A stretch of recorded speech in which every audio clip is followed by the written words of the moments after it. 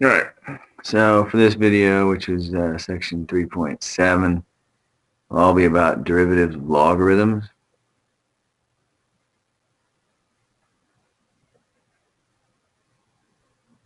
The idea here is we know how to take the derivative of natural or of a logarithm. So if you have f of x equal to ln of x, we know that f prime of x is equal to 1 over x.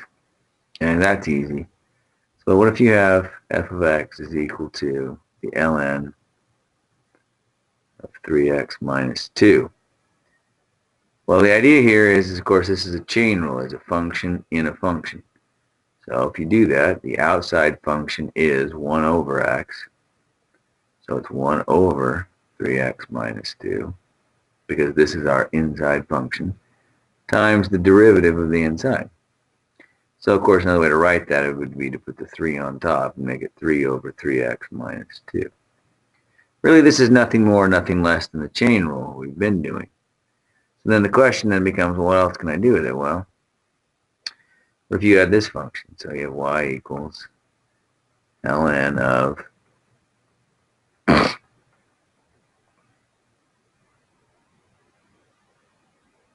whatever. Take the derivative of that, y prime then is equal to 1 over the inside function times the derivative of the inside, which is 6x plus 2. And of course, that's 6x plus 2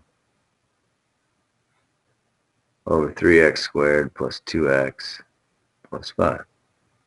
And you can do that pretty much until the cows come home. It's the same thing we've been doing. Matter of fact, I think I did a couple of those in class, maybe with an example of those.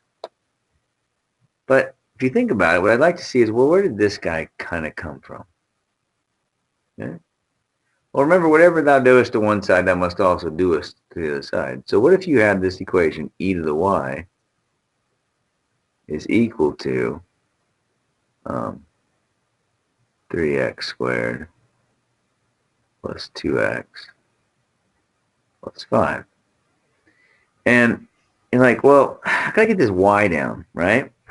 Well, of course, how do you get that y down? Well, you take the ln of both sides, right? So this guy comes out front. And of course, you take the ln of this side and you get back to here.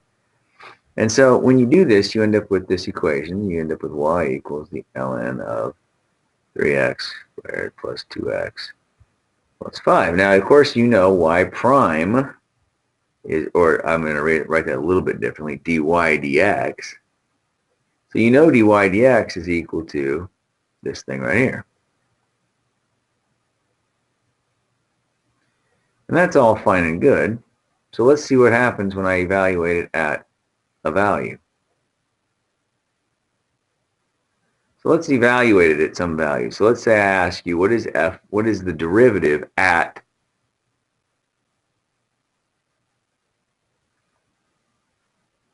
x equals 0, for instance? Well, of course, that would be dy dx is equal to 2/5.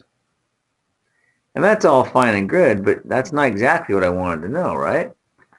Because I was more interested in, well, how do I, what about this equation right here with this, with this bit right here? So it's the change in y, but what I'm looking for is, how does that get back to the original equation? So we're going to look at some of these tonight where they're a little messier, okay?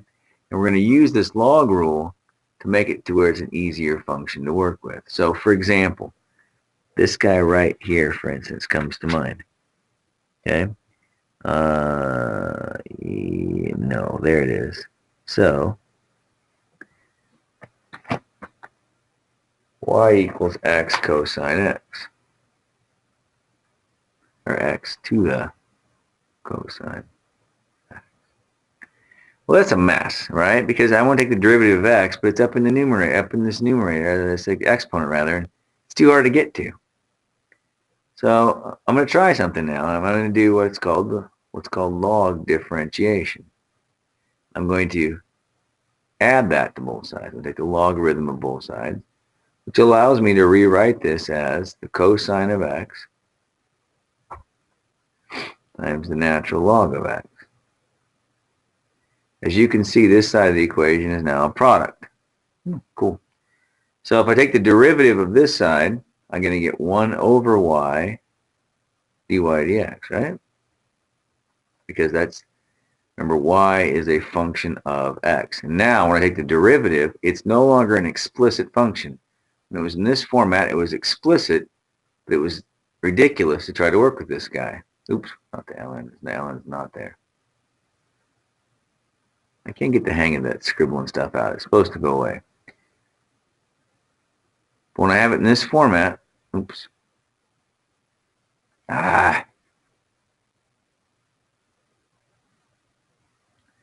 I have it in this format, it's explicit, all right, but it's ridiculous / impossible to work with.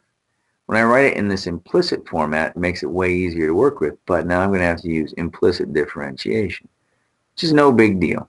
So what's the derivative of this side? Well, it's negative sine x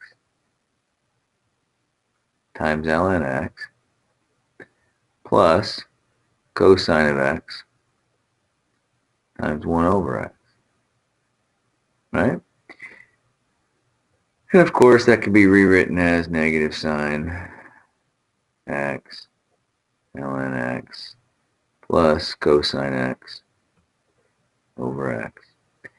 And notice that's equal to 1 over y dy dx. Well, that's nice, but nobody cares what 1 over y dy dx is. We want to know what dy dx is. So I'm going to multiply both sides by y.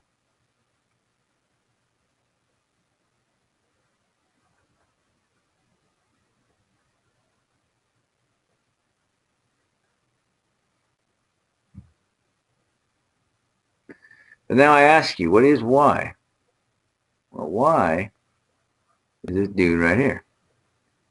So here's this part here, and now I'm going to multiply by y. So I'm going to substitute back in for what y is, and what y is x with cosine x.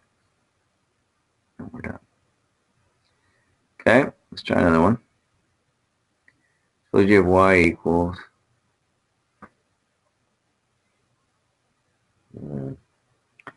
square root of x to the x power.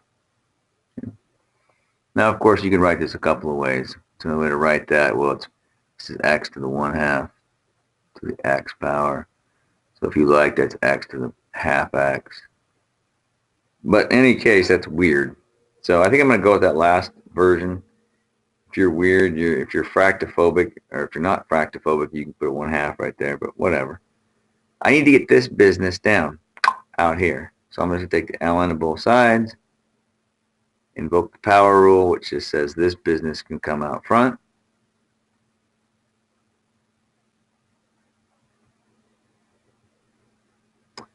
And now it's a product rule again. So 1 over y dy dx, because again, it's implicit now, equal to 1/2 of an ln of x plus 0.5x times 1 over x.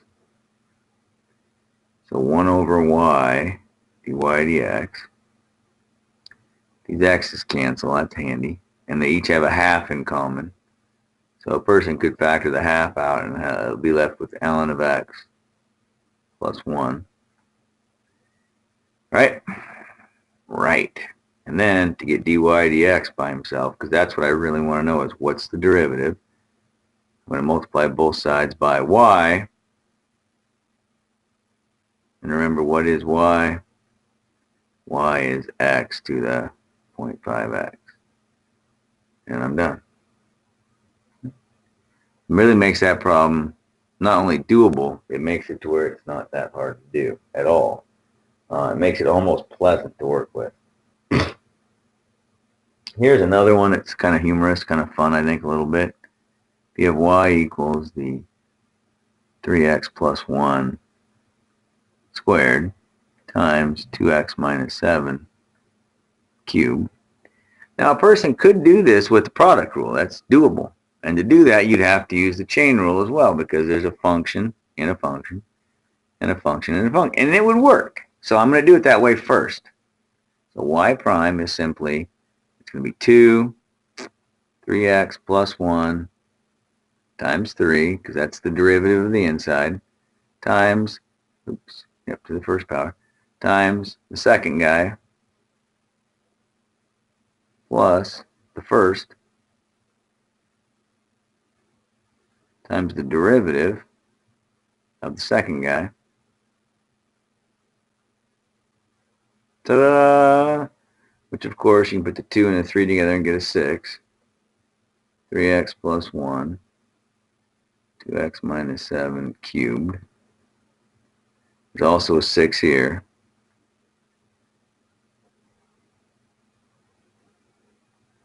Should be 3x plus 1 squared here.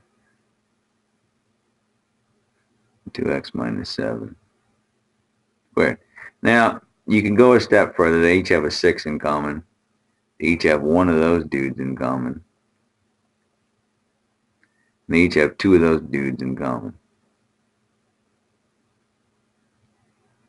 So I took this and this out. I took 2 of those dudes out. I'm left with one of them. And I took that. I took one of them and both of those. So plus 3x plus 1. And of course, this inside then just becomes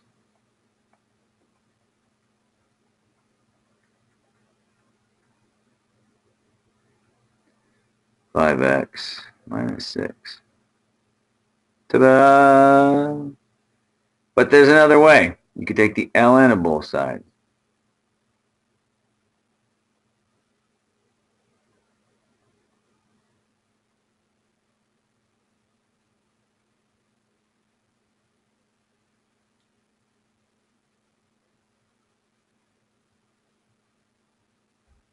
Okay? And so when you have the ln of a product, it's the sum of the logs, right? Remember that? Might stretch you a little bit. It's been a while since you played with logs, so that's cool. So I'm going to rewrite this. That's the ln of 3x plus 1 cubed plus the ln of 2x minus 7. Oh, it's squared, stupid. Squared. And this one's cubed. And then remember, these powers could come out front, so that's 2 ln of 3x plus 1. And again, I'm just rewriting these before I take the derivative.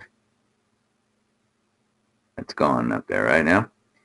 Equals this. Now, if I take the derivative of both sides, I get 1 over y dy dx, of course. Here I'm going to get 2 over 3x plus 1 plus 3 over, oops, not quite, 3 over 3x plus 1 times the derivative of 3x, which is 3. And here I'm going to get 3 over 2x minus 7 times the derivative of 2x minus, which is 2. And so what I have then is dy dx equals, so here I'm going to have a 6, 3x plus 1, and a 6, and a 2x minus 7. The whole shebang times y, and again, what is y? Y is 3x plus 1 squared and 2x minus 7 cubed, right? Now let's go ahead and distribute this mess out. We need a common denominator here and here. So I'm going to multiply over to here. I'm going to get 6. No, I'm going to get 12. I'm going to go ahead and FOIL it out. So I'm going to get 12x minus 42 plus 18x plus 6 over 3x plus 1, 2x minus 7.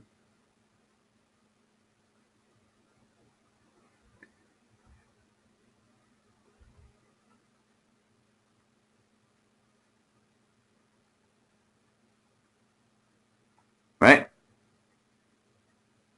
And so one of these will cancel. One of these will cancel. Leaves me with a 2.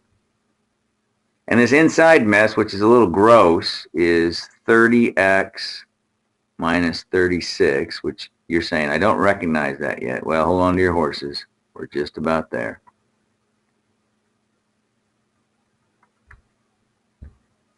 So this looks familiar. This looks weird. Oh, they have a 6 in common. If you take a 6 out, you're left with 5x minus 6. Which I haven't looked yet, but that seems familiar.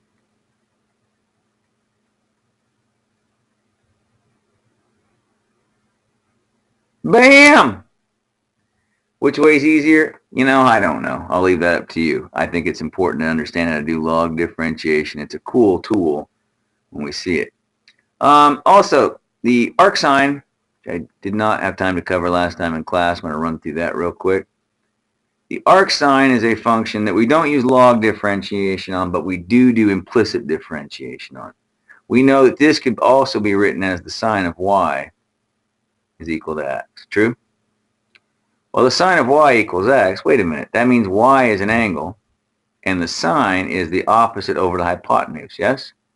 So by Pythagorean theorem, this bottom side must be 1 minus x squared, correct? So let's take the derivative here. What's the derivative of the sine? It's the cosine of y dy dx. And the derivative of x is simply, well, 1. And so dy dx is equal to 1 over the cosine of y, or if you prefer, the secant of y. Well, here's a triangle that talks all about y. So the secant of y, as you know, is the hypotenuse over the adjacent, yes? The hypotenuse over the adjacent. So this should be 1 over square root of 1 minus x squared. And in fact, this is the derivative of that. Nice. Another one that we will see is tangent, arctangent. I'll do the 3 big ones. I'll leave the other ones for you to think about yourself. So again, the tangent of y is x. Well, here's a triangle. Y is the angle. X is x over 1, because that's the opposite over the adjacent. Leaving this to be x squared plus 1 square rooted, yes? Nice. So the derivative of the tangent is the secant squared y dy dx is equal to 1. So dy dx is going to be 1 over the secant squared, or in other words, it's going to be cosine squared. Right? Right. And what is the cosine? Well, it's the adjacent over the hypotenuse. So that's 1 over square root of x squared plus 1. The whole shebang squared. And so that's 1 over x squared plus 1. This right here is the derivative of arctan. It's a big deal. Okay, we will use him a lot. We will see him a lot in 252. This one shows up a lot, all over the place, places you wouldn't expect it to show up at. And of course, the last one is y equals arc cosine, which again means just this. So the cosine is x over 1 then, right? So this is 1 minus x squared over here. That's, of course, y. So the derivative is minus sine y dy dx, right? And is equal to 1. So dy dx is equal to negative 1 over the sine of y, or if you prefer negative, the cosecant of y. Well, the cosecant is this over this, yes? So it's equal to negative 1 over 1 minus x squared. By the way, the arc sine, the arc cosine are both defined between negative 1 and positive 1, right? Interestingly enough, we know the answer is, in fact, if I asked you what angle has a sine of 1, you say it's pi over 2. That's true, but notice that it doesn't actually work in this equation. Okay, so that's the fact, but the derivative is not differentiable there. And here's why. So maybe it's been a while since you've seen arc sine, but arc sine looks something like this. Remember, the sine curve is this feller.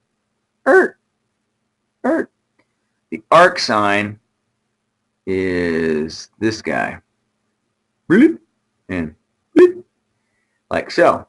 Going down to a minimum of negative 1 and a maximum of, what's I say? No.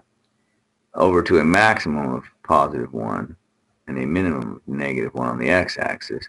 And then this would be -pi/2, and this would be +pi/2. But notice that the derivative doesn't exist right at the top. And again, the reason for that is because you can't, the derivative is a limit. And you cannot come at it from this side because it doesn't exist on this side. So the limit, so the derivative does not exist here, and it does not exist here. We say it's differentiable on this interval, but it's not differentiable at 1, and it's not differentiable at -1. We say that it is right differentiable, or rather left differentiable here, left differentiable at x equal 1, because you can differentiate it coming from the left. And we say that it is right differentiable here at x equals -1, because you can differentiate as you're heading toward it from the right, but not coming from the left. So it's not differentiable as either left or right. And those are the biggies.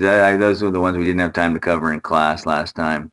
But you'll notice again, arctangent is not a problem for us. If you look at arctangent here, no problems. This thing will never be equal to what? It's never equal to 0 on the bottom. If you think about that, the tangent function, of course, looks like this and like this.